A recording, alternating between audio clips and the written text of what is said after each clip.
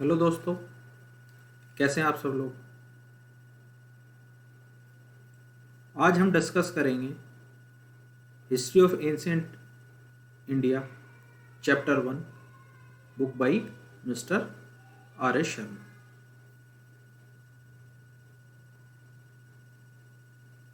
So what do understand by civilization? हम लोगों को सिविलाइज्ड कब कह सकते हैं?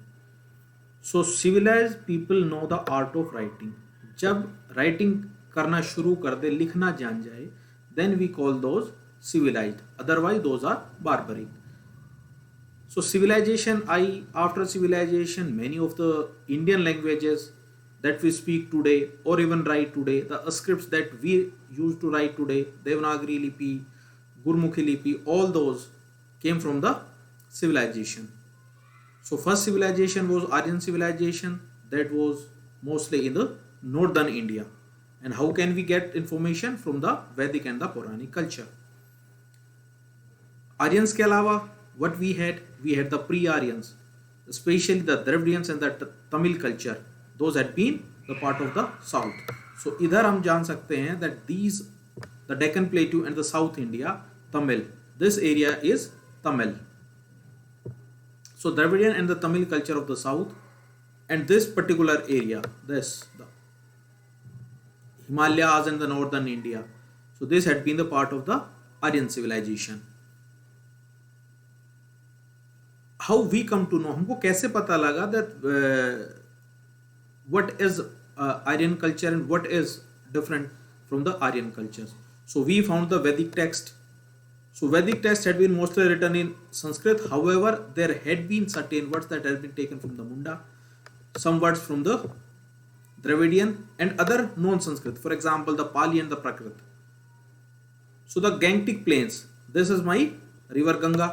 सो रिवर गंगा का ये जो पूरा प्लेन आप ये देख रहे हैं, दिस प्लेन, सो ये पूरा plain has been the part of the Gangetic plains. तो यहाँ मोस्टली पाली एंड संस्कृत मिली है एट द एंशिएंट इंडिया. उसके अलावा the eastern part of the country जहाँ पर pre Aryans, this one the Chota Nagpur area, और उड़ीसा, बिहार, मगध, ये वाला area, this has been the part of pre Aryans.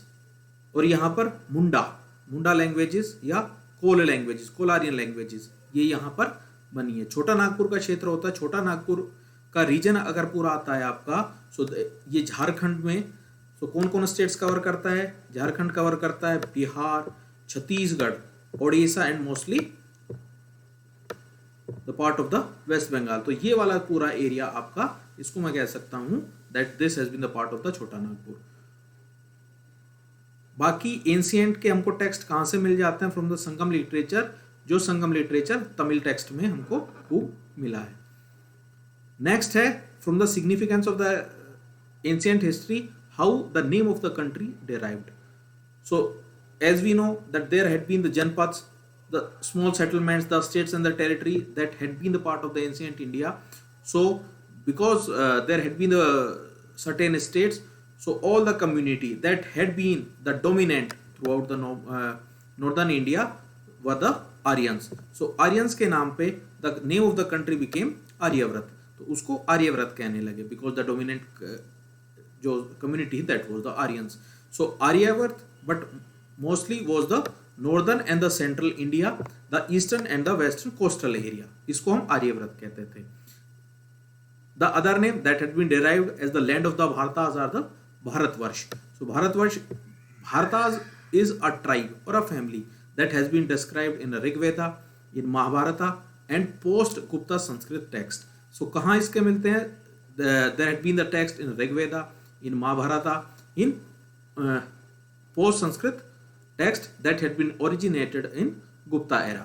उसके अलावा what we had, another name is Hindustan. So Hindustan is found in the Iranian script. So ईरानी लोग थे, उन्होंने सबसे पहले they called Sindhu, the Indus river, Sindhu को they called it as Hindu, and the Iranian inscriptions mention Hindu as a district of Indus.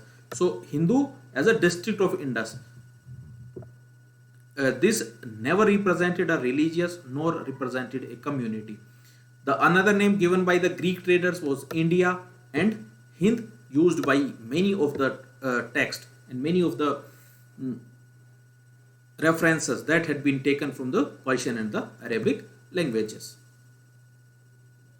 So in early ancient India there had been great kings.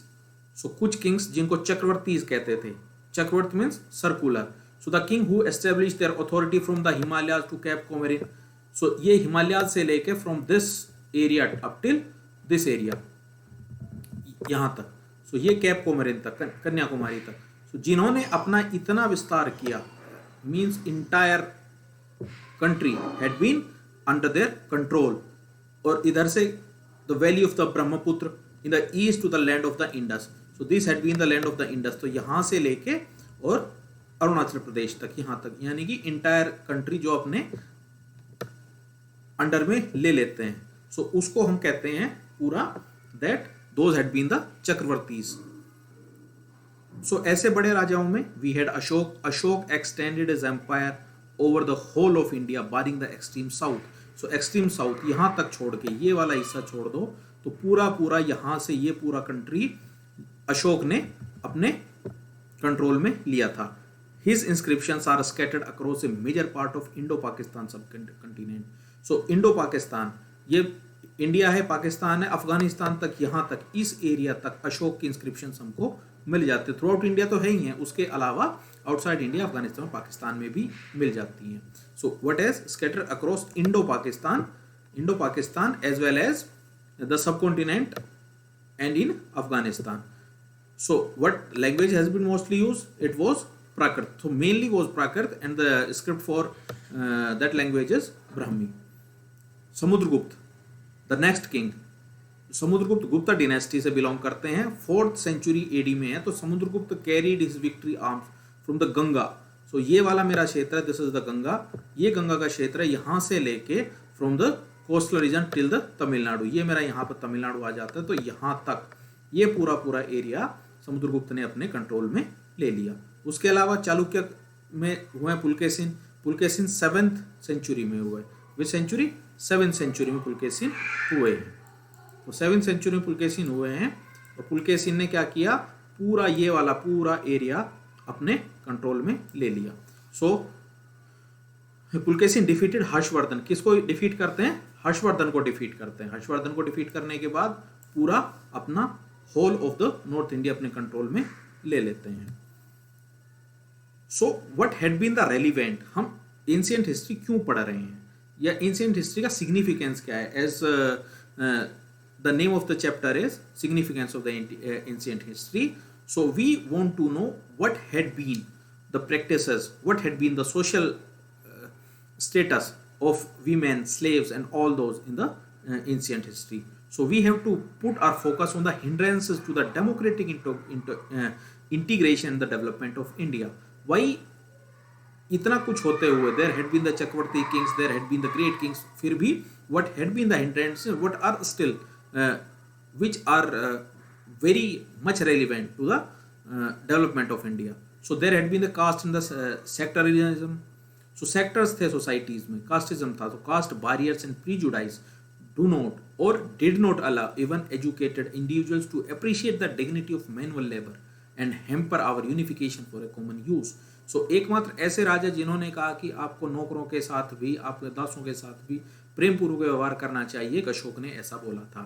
So women have been enfranchised. Womens को बहुत सम्मान मिल चुका है, but still the age old social subordination जो उनका है वो रोकता है उनको अपना रोल प्ले करने में सोसाइटी में.